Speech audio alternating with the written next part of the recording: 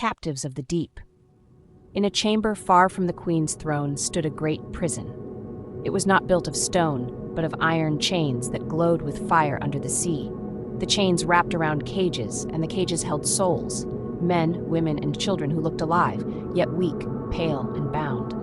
Their voices filled the chamber like a river of sorrow. Some cried for help, some whispered prayers that never rose to the surface, and some sat in silence, broken. These were the captives of the deep.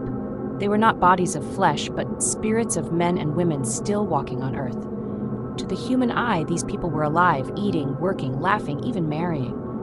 But in truth, their real selves were chained below, in the water. A man could be successful on land, yet here he knelt in rags, tied down by chains of covenant.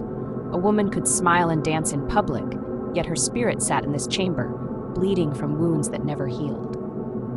A child could play on the street, yet his destiny was locked in a cage under the sea.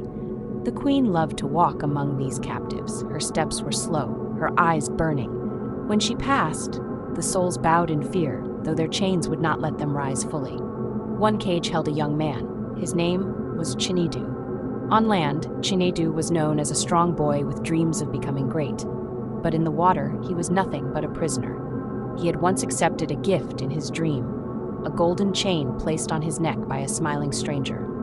Since that night, his destiny had been sealed. Now he was chained here, while his life on land moved in circles with no progress. Another cage held a woman named Ada. On land, people saw her beauty and envied her. But her spirit was broken. Years ago, she had begged in her sleep for beauty that would never fade. A spirit answered her cry and gave her what she wanted. Now she glowed on earth, but in the water kingdom, she served as one of the captives, her soul drained to feed the queen's power.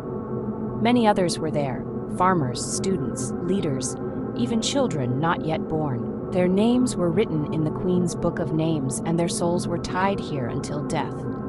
The queen stretched her hand over them and spoke. "You belong to me. Your fathers gave you.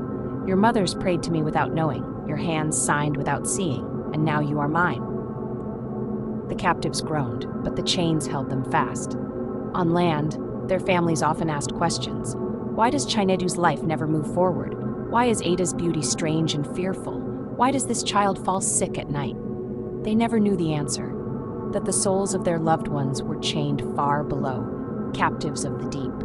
Sometimes, when the moon was bright, the cries of the captives rose like whispers and reached the earth.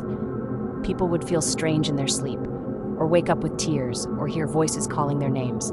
But no one understood, and the queen smiled, for each cry was music to her ears. Yet, deep in the silence of the ocean, something stirred. Not all captives were weak. Among the chained souls, a few carried a strange light. They wept, but their tears did not fall empty. They prayed, and though their voices were faint, a power greater than the queen's throne began to hear them. The queen had many captives, but she did not know that some among them were marked for freedom. How long would these captives remain in chains? Who among them would be the first to rise against the queen's rule?